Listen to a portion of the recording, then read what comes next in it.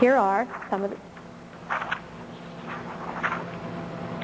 Pennsylvania guidelines from the 1992 book, budget number 2143, Psychological Counseling Services. Federal government book, 1974, number 2143, Psychological Counseling Services. Language is identical. 2144, Psychotherapy Services. 2144, Psychotherapy Services. The only difference is that the 1992 edition has more numbers in it than the 1974 edition because they've updated the data banks. So are they using the 1970 National Center numbers? Yeah, they are. They are. Are they tracking our children? Yes, they are. The tracking now is in something called the Express. This is the Express. It's called the Exchange of Permanent Records Electronically for Students in Schools. This is the information that they compile on the children. This says that any education agency, local, state, or national, can access the data without parental knowledge or consent or notification. The data includes family unit number, all the people in your house, has your child ever been involved with a social service agency, all medical records, includes all performance, includes if they've ever had a behavioral problem, a discipline problem, and gives the receiving agency the name of a contact person and a phone number so they can call back to get more information that is not included in the data bank without parental knowledge or consent. It says that if it goes to a non-school agency, there has to be knowledge and consent. However, if it's going to an employer and the employer says, if you don't sign this, you don't get the job, how many people are going to withhold consent? This is the 1992 Express. Why? Well, if we go back to the New West Learning Center, and we go back to the learning styles and the biographical data, and then think about the goals. Ethical judgment, adaptability to change, self-esteem, family living, understanding others, proper environmental attitudes, citizenship, which, remember, the a.k.a. not factual knowledge, proper role for citizenship. The computer needs to be able to access where your child came from so they know what your child thinks, what your child believes, and how your child learns. That's your learning style. What's the best way to change the behavior? What's the best way to attack the attitude? And serves it back up to the child. Do you see parents on this graph? I don't either. What is the difference between what we had before and what the new regulations are? Before, with the a.k.a., the state had control down to the district level and could control curriculum planning, which was aimed at targeted subgroups of children. But we had children who did not conform. They said, no, I won't. Outcome-based education does not say the school will teach. It says the student must demonstrate. And through the computer, the control goes down to the individual child. Your child will conform, or they will not move forward. They will meet the goal. So where is it coming from? Where is the driving force? As we started tracing back, what we found was a report called the SCANS, Secretary's Commission on Achieving Necessary Skills. This is the 1992 edition. This was not written by the Secretary of Education. This was written by the Secretary of Labor. And this, I first saw this report in something I got from the University of Pittsburgh when they were implementing and teaching the implementation of the Pennsylvania regulations. And so we went back to the federal government and got the original. What we found is that it's not being driven by education. It's being driven by the big industries. That's who's driving the changes. When we read the scans talked all about what we need to have the proper worker of tomorrow. And the children were not referred to as children, they were referred to as human resource material, human capital. Just like, your building and your coal or whatever, your wood, whatever you're making, your capital. And this is business telling education what business needs or wants in the worker of tomorrow. This report says, well, all these things we're talking about here, the necessary skills, this isn't pie in the sky. We're already doing this. And then they gave us a list of the things that they were already doing.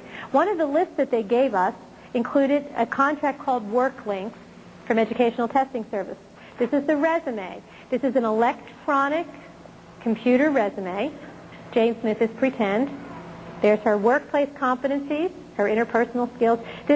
She takes each test and she has to master the proficiency level, academic. And here's her personal qualities. And she's rated. She only got a good in honesty. Jane Smith is 19.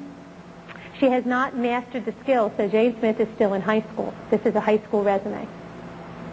When I first started debating this issue, I used to say to the press, well, see, this is not the schools will teach, this is the student must demonstrate. So, even if it's a value we agree on, like honesty, should the state be able to set a standard for honesty and test a child's honesty and then deny a child a job or a promotion because they didn't meet the state's honesty standard? It was a joke. And 2 weeks ago, we found there really is an honesty scale. We called the Department of Labor. They said, we're not doing this. They are. It's being piloted in the state of Indiana. They are doing this. We got it from the University of Pittsburgh. Again, it's an electronic resume. And what it says in the scans is that it will go directly from the school district to the employer. Now, is a lot of this information probably included in your resume now? Yeah, you have personal things from your resume now. But now you have the right to say, I'm going to use you as a reference because you like me. But I'm not going to use you because you don't like me. And so I'm not using you. We had a bad experience, or I was a real pain in your class or in your workshop, and so I'm not going to use that person as a resume. We have the right to help shape who sends us on our way. Under this system, it goes directly from the school to the employer. Now, we don't know who rated, on what scale, what it's based on. How come Jane only got a good in her honesty scale? And how come she got an excellent on her self-esteem? What happens in the classroom to the child? What kinds of activities is my child going to be subjected to on a regular basis? You hear a lot of talk about values clarification, and there's a lot of controversy about it, but people don't always understand what's wrong with it. Those promoting it say, well, we're just trying to help our children to understand their values. I want you to think of your mind as a computer. You've all heard the lifeboat story, right? There's 10 people in the lifeboat only holds 9. Who are we going to throw out of the lifeboat? And if I told you that story, all of your mind would start thinking, who am I going to throw out of the lifeboat? The first time I heard the lifeboat story, I was a grad student. My degree's in special ed, so I'm a ringer.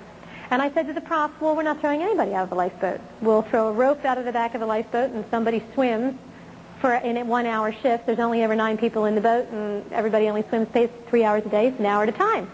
He said, there's sharks in the water. I said, there's a shark back in the boat. And the conversation ended. But I was a ringer because I knew that he had controlled the universe. He said, who are you going to throw out of your lifeboat? So all of your minds, because that's how all of our minds work, there's the box and there's where we go.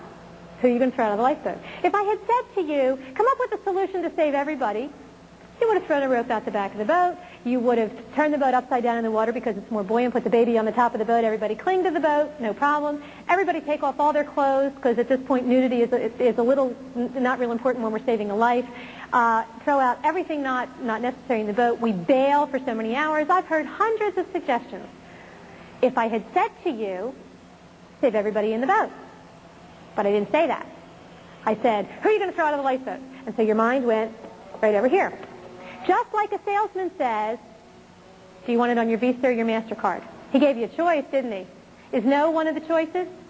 Never. And everybody I know, including me, has bought at least one thing I didn't want because I answered the question and was 3 minutes further in the conversation before I realized, I really did want to say no. But now I'm too embarrassed to go back and say no because I don't want him to think that I'm a schmuck. And we all do that. It's the same technique that salesmen use all the time. Would you like a red car or a blue car? Do you want that in 10 days or 30 days? You always get a choice, but I control the universe of choices. That's how various clarification works. If I control the universe of choices, I can mold someone's behavior. And they always think that they thought it up by themselves because they didn't realize that I controlled the box. That's why values clarification is wrong. Because it makes the child think that they made up their own mind when they really didn't, because I gave them some very concrete guidelines inside of which they had to make up their mind. And it's a very valid way of changing a behavior. This is called the Bettendorf survey. We found it in Iowa. It was used this year. Why is Iowa important? Remember, all the goals in all the states are the same. And we have validated programs that are the same over the whole country. This is the Bettendorf survey. It goes with understanding and appreciating others. Are you male or female? What year are you? This was given to high school students. Do you regard yourself as a bigot?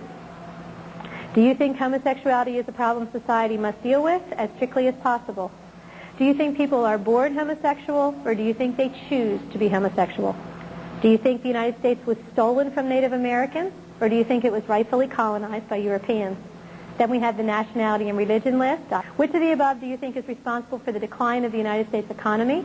Which of the above do you think is more susceptible to alcoholism?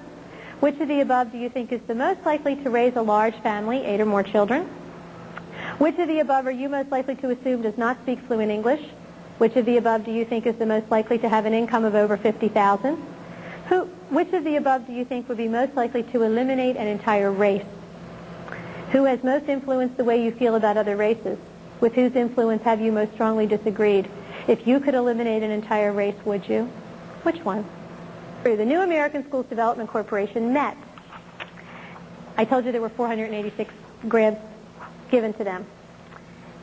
On July 9th, they gave a list of the places that got the money, and they gave out 11 grants. Now, I've been telling you that the grants are the same, and I've been telling you that this is talking about who owns the children, and that, in this case, business and the state think they do, and we need to start saying we do. What kind of programs got the money? This is the Connect School, a design for 21st century schools, Massachusetts. It's for K through 12 inner city children. The curriculum will be radically transformed. Portfolios, products, and performance assessment techniques will focus not just on subject matter, but on their abilities, dispositions, and attitudes critical for life and work. This one is in Minnesota. It's called the Community Learning Centers of Minnesota. Social service agencies will offer needed services on site at the school, integrating services with education. Teachers will retain their school charter only so long as state learning goals are met. Many times as I've traveled and talked to people about what's happening in Pennsylvania education and why parents need to get involved, I get told, well, you see, it doesn't matter to me because my children don't go to the public school. My children are in parochial school, they're in Christian school, they're in private school, I homeschool. Simultaneously with the new regulation changes, teacher certification is changing. And in order to be certified, teachers will have to demonstrate that they are competent in outcome-based education and that that's what the colleges will teach, that's what the teachers will learn. Non-public schools have to have certified teachers too. Accreditation is rolling over away from traditional accreditation into outcome accreditation. Non-public schools get accredited because it does better for you if you're going to college if you graduated from an accredited high school. In outcome accreditation, in order to get it, you must give the accrediting board 5 goals, 3 academic, 2 attitudinal, and you must demonstrate to them that you have tracked the change in behavior or attitude in the individual student over time. Doesn't matter whether you're public or non-public. The assessment techniques in the new regulations are what's called portfolio assessments. People think portfolio means a portfolio. I have an art portfolio, I have a science portfolio, pieces of paper. It is an electronic portfolio. much like the one we looked at in the work links, so that no matter where the child goes, whether you change schools or whether you don't, the portfolio will follow you. Please do not think that because your children are not in a public school that you are home free. You are not. The state cannot afford to let a huge bunch of children slip through the cracks, because it will be obvious then who can read and who can't. And one of the things that happens with outcome-based education is, when we talked about what happens with all the kids, achievement goes down. Now that doesn't show up because everybody gets an A. It may take you 4 years to get your A, but you're going to get an A. In the testimony in front of the House Education Committee, we asked, through representatives, we asked Mr. Fear, well, what are the state standards in math and reading going to be? I mean, the student learning outcomes say you have to be able to use a calculator. They don't say you have to be able to do it without one. The communications learning outcomes don't say literate to an 8th grade level. They don't say literate to any level. So what are the standards? And Mr. Fear said, well, every district will decide on their own. Well, that's absurd. Philadelphia, which has some rather interesting reputations in education in the state, like terrible, will say, well, if you can count to 10, you get a diploma, because then we won't have any dropouts. See? That brings our statistic right up. And Mount Lebanon in Pittsburgh, a very affluent, wealthy district, will say you have to be able to do calculus. You can't have that. You can't have 501 different diplomas in the state of Pennsylvania. That would be ludicrous. So there has to be standards somewhere. Where are they? They won't tell us. The state says this is all local control, local decisions. But if you read the regulations say that every district must develop a strategic plan based on the state assessment, which is the a.k.a. revisited, based on the state assessment that they must use to drive their curriculum. They also say that every district must include a local district assessment, a diagnostic assessment, to indicate how every child is doing in meeting each of the exit outcomes. Now, I want you to think about an assessment. Assessment is not easy. When you do an assessment, the test really means nothing. It's just a piece of paper with a bunch of stuff written on it. What's important is, what do I want you to know? What am I testing and how am I going to score it? And does this piece of paper accurately measure the behavior I want you to show me? Is it an accurate measurement?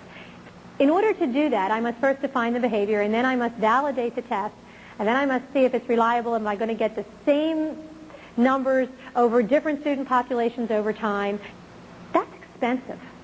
I have to do research to see what kind of instruments and how do I score it and how do I set standards. Our districts can't afford that. So what do? Oh, well, see, the regulations say the state will give technical assistance to all the districts to help them with their diagnostic assessments.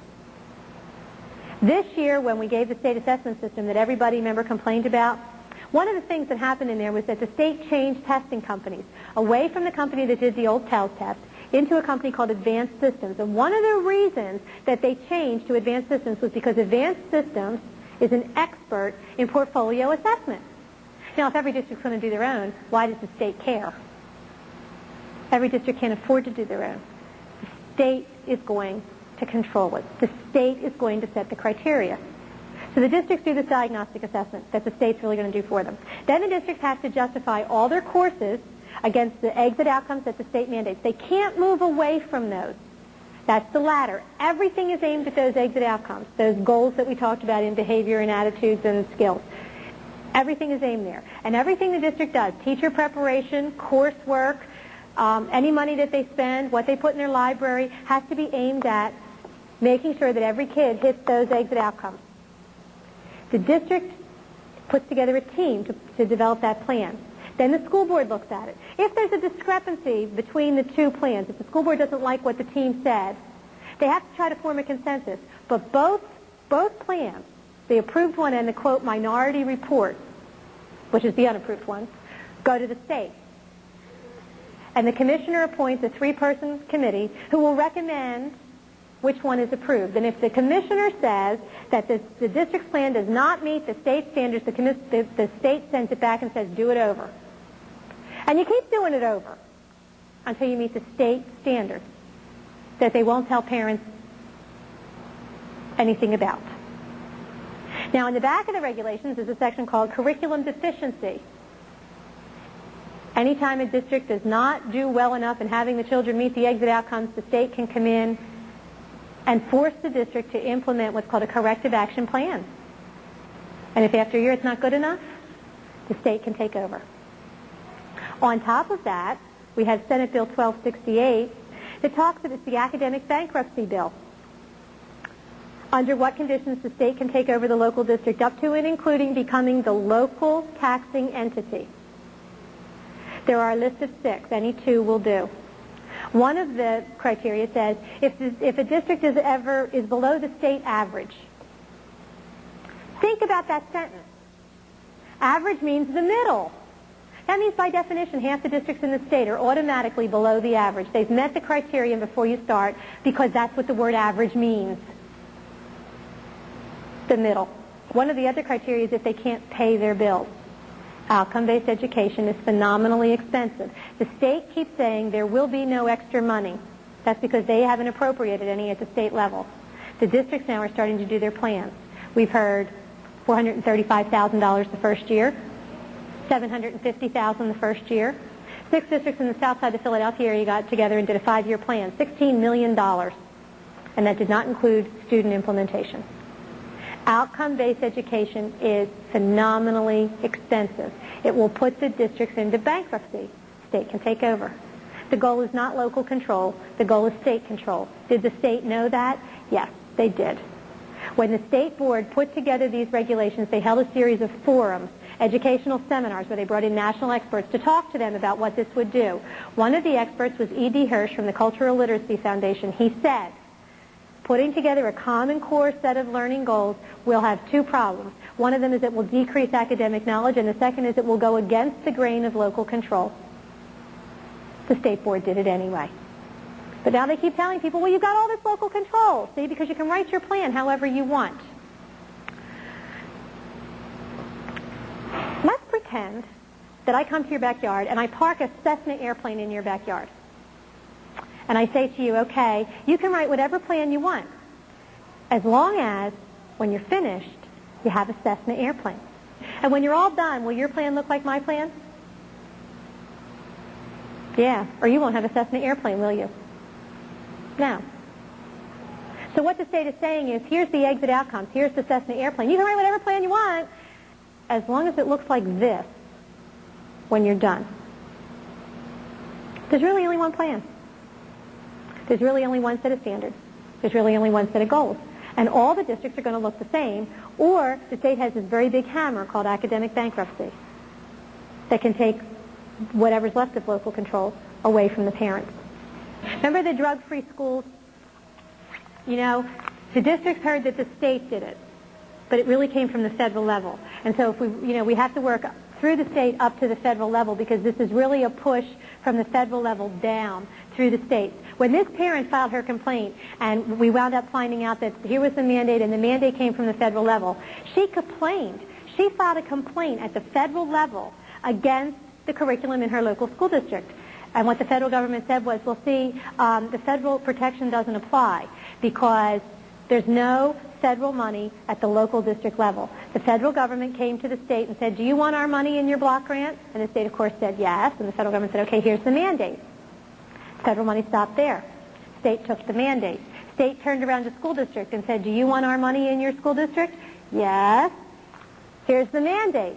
The federal money stopped at the state level, and so did the protection of federal law. But the federal mandates are jumping that line. And so what we have affecting local district policy in many areas is really a federal mandate and not a state mandate. It's a civil rights issue. You know, I had a reporter say to me, well, you're just mad because, you don't want Marla Thomas talking to your kids. And I said, this system gives whoever is in control of the state the opportunity to mold the character of the children to their values. Whether it's Mother Teresa or Adolf Hitler is immaterial. Neither Mother Teresa nor Adolf Hitler should have the right to mold every child in the state to their particular value system. That's the role of the families in the state. It doesn't matter whether you're liberal or conservative. It's a civil rights issue, you're right. Behavior modification is not liberal or conservative. It changes children to the state's desired response, and whoever controls the state controls the response. And one of the ways you do that is to start contacting school board members to allow school board members to educate them on what's wrong, give them the gamblegrams, and encourage them to stand up as a district and tell the state no. We have districts that are actually considering suing the state. So if we could get more districts on that, it wouldn't cost any one district a phenomenal amount of money, and it would help back the state off. That's a good thing to do. Working with school board members is an important thing to do, and standing up for your rights in your own classroom with your own children is also an important thing to do. Yeah. If you lower the standards, the academic standards, then it's easier to get a higher graduate level, so your statistics get better. And the plans say that you bring all the social service agencies into the school, so you have a lot more control of the children, and that pushes more and more of the families away. One of the things that Boyertown says, and that is shown up in all the plans, is how they're going to remediate. And the way that they're going to remediate is that the children who don't meet the goals will be the children who are declared special ed. The special ed regulations are moving away from children who have a specific disability to children who do not meet the goals. The Boyertown plan, which is the prototype, says there's going to be an IEP, that's the special ed plan, for all students. In the new regulations, all students will achieve all student learning outcomes to the state standard. So if you have a child who's very good in science but terrible in art, they're going to have to be remediated in art. Where do you get the time? From science. So that all the individual differences for kids are eliminated because they all have to meet all the outcomes at all the level. It's a, right now we have a bell curve. We have below average, average, and then above average. Well, this levels it so everybody's average.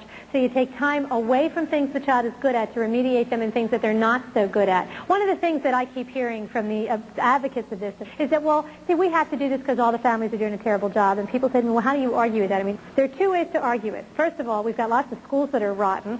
So let's let them clean up their house before they move into my house. And secondly, schools can't become families.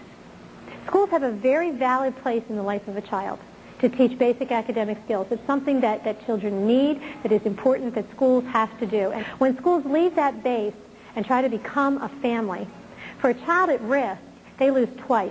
Because they didn't have a family, now they don't have a school either. My child loses once because he has a family, but he didn't get a school. One of the things they say to us is, well, see, we have kids who come to school without breakfast and kids who are from, disruptive families and all this kind of stuff. And that's true. But in the Depression, we had kids who came to school without breakfast and without shoes. And were from disrupted families. And the children who grew up in World War II had all their daddies go to war and lived in single-parent house where mommy was Rosie Riveter. And they were latchkey children and they lived in disrupted families. But the schools said, our mission, our goal is to teach academics so that these children, if they live in poverty, have the tools they need to escape poverty, to get out, to learn other ways of life. That's our goal, is to teach those academic skills. Our kids lose twice now because they're not getting academics and no school can be a family. The whole issue here is who owns the children. The more time you spend with the kids, the more control you have over the kids. It's about control. That's really when you boil it all down, that's what we come down to, is who controls the children of the next generation.